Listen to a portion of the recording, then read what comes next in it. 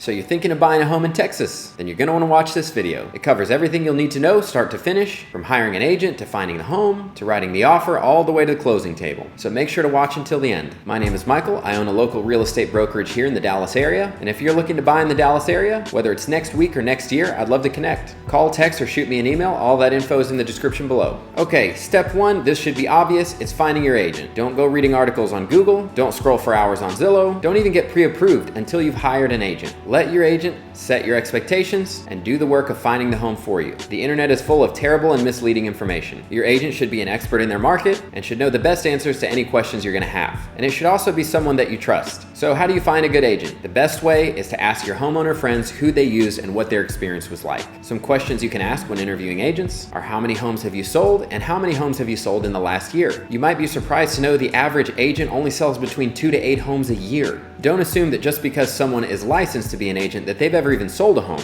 A lot of agents don't even own the home they live in. The more homes sold, the more experience they have, the better equipped they're going to be to represent you well. If it were me, I would rather work with someone who sold 20 homes last year than someone who has sold an average of 5 homes for the last 10 years. I want someone with plenty of relevant experience to today's current market. You can also ask them, how long does it typically take to find your buyers a home? For reference, I'll tell you the vast majority of my clients are under contract in less than 30 days from the first time we meet. My last 3 clients actually contracted on the first home we looked at. How can that be? The buyer's consult. This is where I think most agents miss the mark and unknowingly make the process harder for themselves and their clients. The buyer's consult is a time where we sit down with all the decision makers in the home buying process, and I ask a series of questions to help clarify your motivation, your goals, your expectations, what's most important to you, and why. Because I do this dozens of times a year with home buyers, I know exactly what to ask to get crystal clear on exactly what you're looking for. I also don't ever set my home buyers up on a search. That would be a waste of their time. 99% of the homes that come up in their search are not going to meet their goals, needs, or expectations. So why would I send them those houses? I set myself up on a search for them, and when the right home pops up, I send it to them, and more often than not, we go contract it. Hiring the right agent will determine more of your outcome and experience than anything else in this process. So take it very seriously. Especially in a competitive market like this, it may determine whether or not you even are able to get any home. Step 2 is getting pre-approved. This should happen immediately after hiring your agent, and certainly before you look at any homes. Your agent should have a local lender that they've worked with for years, who is an expert problem solver and takes great care of their clients. Someone who picks up the phone every time they call. Just like all agents are not created equal, it's the same with lenders. Choosing a bad lender can blow up your whole deal, whether they have bad appraisers, whether they don't close on time, whether they'll even pick up the phone more than once a week. I actually had a deal with a client who insisted on using Bank of America, and we were a whole week past our close date, and literally nobody involved on the mortgage side would answer my calls. I was leaving like 5 voicemails a day and no response. It was a terrible experience for everyone. That situation put my buyer in huge jeopardy. The seller had every right to terminate the contract because we had defaulted by missing our close date. So the seller could have terminated the contract and kept thousands of dollars of my client's earnest money, all because the lender didn't close on time and wouldn't answer the phone. So please listen to your agent's recommendation. Think of this like you're hiring a team. Don't make the quarterback of one team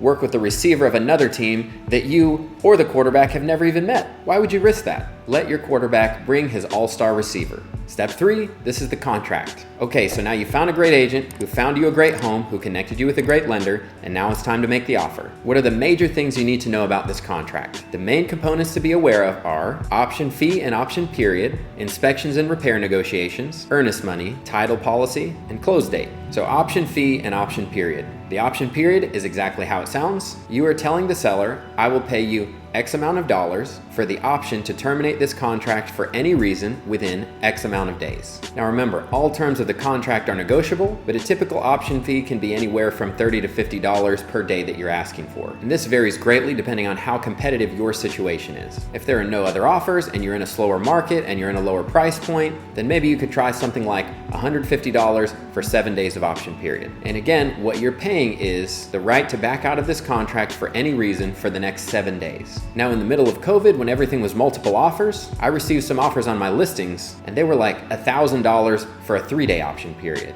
So it can vary greatly depending on how competitive the market is and how badly you want the house. Basically, the higher your fee and the shorter your option period, the stronger your offer is. Remember, the seller is wanting the most certain deal possible that's going to net them the most money. How do you make the deal more certain for them? You communicate with your option period, I only need 3 days, 5 days, 7 days to know for certain if I'm buying this house. So the shorter it is, the stronger it is, the more certain it is for the seller, the more likely they are to accept it. All inspections and negotiation repairs happen within this option period. So the shorter the better, but you don't want it to be too short that you can't get everything accomplished. Now, if you get your inspections and you can't come to terms on repairs or price reductions or the seller giving you a credit so that you can do the repairs yourself, this is what the option period is for. You'll be able to back out of the deal, you lose a few $100 or whatever you offered as your option fee, and you just move on to the next one. Also, a typical inspection is going to cost you between $400 to $650 depending on your specific house. So again, if you back out of the contract during your option period, you only lose your option fee, but if you close, your option fee gets credited towards your closing costs. This is your biggest and main exit from the contract. So you need to make absolutely certain that you are good with buying this house before your option period expires. Both the option money as well as the earnest money that we're going to discuss next must be delivered to the title company within 3 days of executing the contract. If you don't deliver your option fee within 3 days, you forfeit your right to back out of the contract. You forfeit your option period. So it's a very big deal that you get this money in on time. Earnest money is up next. This is good faith money. Basically, it's your way of saying, I'm serious about this home.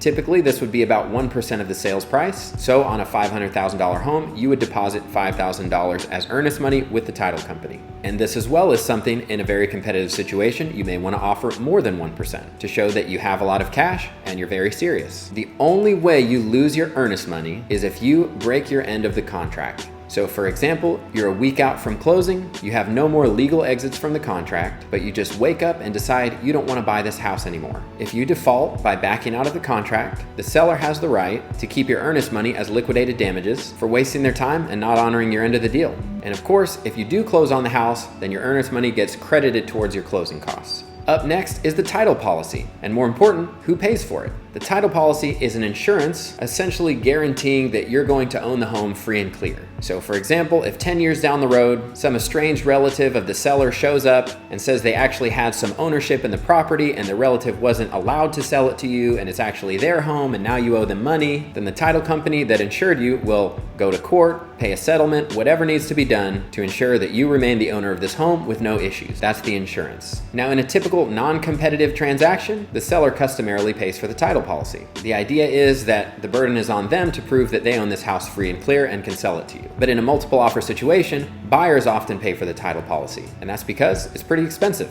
On a $500,000 home, the title policy would cost around $3,400. So you can see how offering to buy this would improve your offer. You're now netting the seller $3,400 more than you were before. All right, the close date is our next major component of the contract. A typical closing is 30 days. However, in a competitive situation, you're going to want to close in 3 weeks or less, or as quickly as possible. Remember, what you're always trying to convey to the seller is that you are the most certain deal. You're telling them you're going to have the money from me in 2 weeks, whereas the next offer may be saying 3 or 4 weeks. So if you and someone else are offering the same price, but you're going to get them the money 2 weeks earlier, that's a no-brainer. And this again is why you want to make sure that you have a great lender who can move quickly. I've closed plenty of deals in 2 to 3 weeks with my lender. I have one under contract right now that's closing in 3 weeks. Also, keep in mind, the listing agent of the house you're offering on is going to call your lender. They want to make sure that you're well qualified and that you actually can close in the time period that you're saying. So you need a lender who answers the phone, if I haven't stressed this enough by now. And here's a bonus tip for you. The refrigerator, the washer, and the dryer typically do not convey with the house unless you write them into the offer. So if you tour a house and it has a fridge and washer dryer,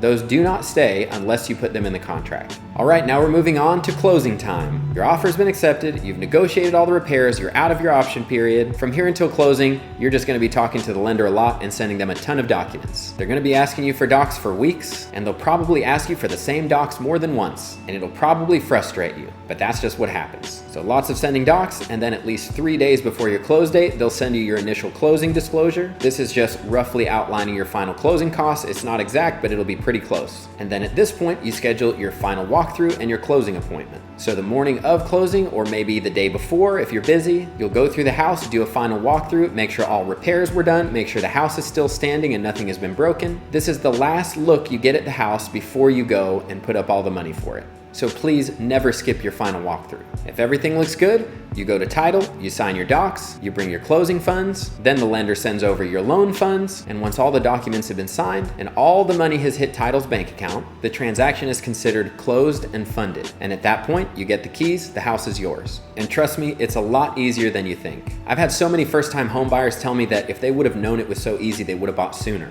So don't be afraid of the process. It's basically just a lot of emailing the lender the same docs over and over. So if you can do that, you can buy a house. So what questions do you guys have for me? What did I miss? I'd love to know if you'd leave me a comment below. If you got any value from this video, please make sure to subscribe so you don't miss the next one. And again, if you're looking to buy or sell in the Dallas area, whether it's next week or next year, I'd love to connect. Call, text, or shoot me an email. All of that is in the description below. Thanks for watching, and I'll see you in the next video.